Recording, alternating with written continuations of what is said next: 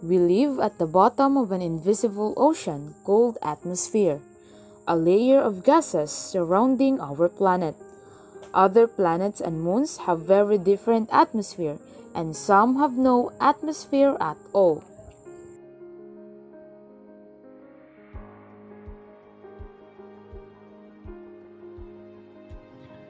I learned in this lesson that atmosphere is a layer of gases that surrounds the Earth, and the gases that makes up the atmosphere are nitrogen, oxygen, argon, carbon dioxide, and other gases like neon, helium, krypton, hydrogen, xenon, ozone, and radon.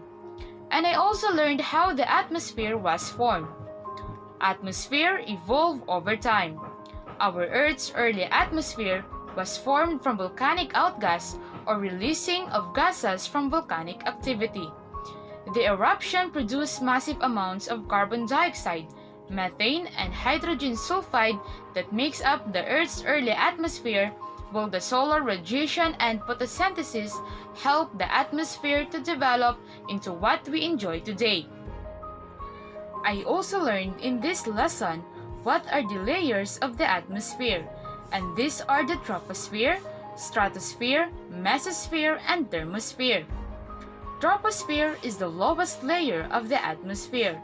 This is where we live and weather occurs here. In stratosphere, it contains ozone layer and absorbs damaging ultraviolet sunlight.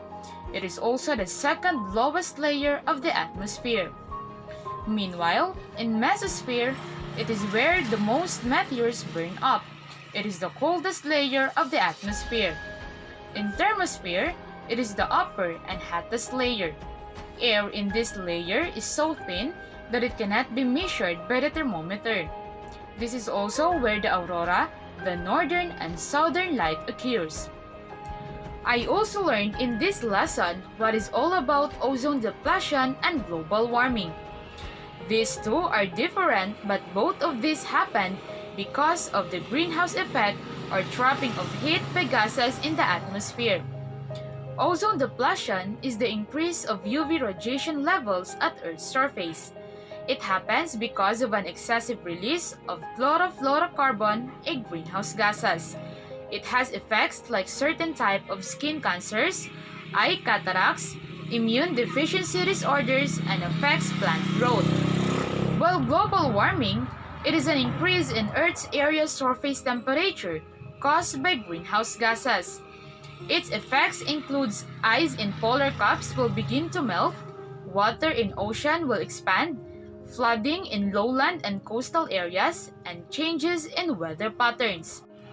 Lastly, I also learned what are the three ways and its example on how to transfer heat energy. And these are the radiation, conduction, and convection. Radiation is the transfer of heat energy by wave motion. An example of this is warming of the Earth by the sun or the electromagnetic radiation from our gadgets. While conduction, it is the transfer of heat energy from one substance to another. An example of this is a metal spoon becomes hot from the boiling water inside the pot. In addition, convection is the transfer of heat energy into fluid. An example of this is ice melting. Ice melts because heat moves the ice from air.